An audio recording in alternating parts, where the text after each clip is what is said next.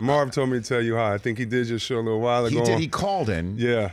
You know what he means to people like me from New York City, oh, right? Yeah, yeah. And even the guys like myself, like I always tell him, I'm like, you know, because I do his imitations of him when he's not around. You do? Oh, yeah. Can you give me one right now? I don't know how it's bad. I'm a bad imitation guy. But I like that, though. I like being a bad imitation guy. So as long as you know. All right, do you want to do? Okay, well, Chris, what do you want to talk about tonight? You want to talk about how Sacramento Kings were terrible, but you want to dog the Lakers? Or, you know, I'm a terrible guy. No, that's not bad. But when I'm talking to him and his voice is pretty funny to me, especially because he hates it. And so. Oh, he does? Oh yeah, he hates it. Oh, yes. He hates it. He hates it. But he's the best to work with. Like, I was blessed at Turner. My first guy I got to work with was Dick Stockton. And so here I am.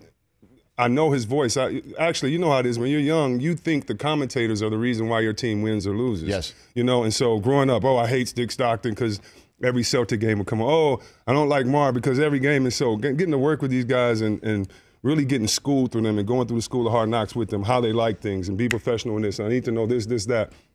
It was just the best thing. And so Turner really helped me by putting the vets around me and keeping a safety net up under me till I got my legs up under me. Well, Turner does a great job in taking guys or gals. I mean, Candace Parker is phenomenal. She's great, isn't she? Right. So taking athletes off of the court and surrounding them with the right producing and talent to make sure that you guys succeed and gals succeed. Yeah. You know, Marv, though, I mean, look, I'm very fortunate with what I do for a living, and I'm blessed every day, and I'm not jaded. And Marv's a perfect example. You telling me, Chris Webber, that he says hello to me, I mean, that just made my day. No, seriously, it is. I mean, this is Marv. This is the guy who I grew up. I steal from him every day, and I sometimes can come across sounding like him a little bit. You know, my imitation of Marv, though, Mike, if you don't mind, Del Tufo, it works best with the NBA on NBC theme whenever I hear this. Oh, so you actually got a whole shtick with it. I need the music. I need the music. Yes. Welcome to the NBA on NBC. Today, Michael Jordan goes for yet another championship, trying to rip the heart of Karl Malone or Patrick Ewing out of their chest and show it to them pumping live to NBC. The only thing you missed was, you know, the weather. It's a balmy 70 degrees, or it's a frigid 22 degrees, and you know. Today on a rainy night in Los Angeles. Exactly.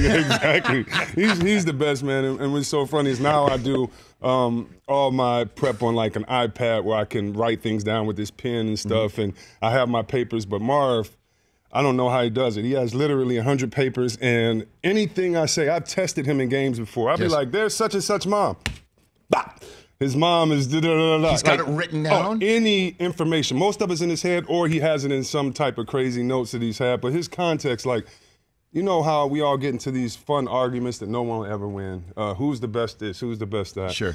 He has a context that goes so far back. And he'll say, well, Chris, you know, Tiny Archibald used to do this. And I'm like, okay, I'll shut up right now. You know what I mean? Well, the human dictionary of NBA. Pistol Pete Maravich once told me. Exactly. Like, he name dropped me that. I couldn't say that. The Rich Eisen Show, weekdays at noon Eastern on Audience.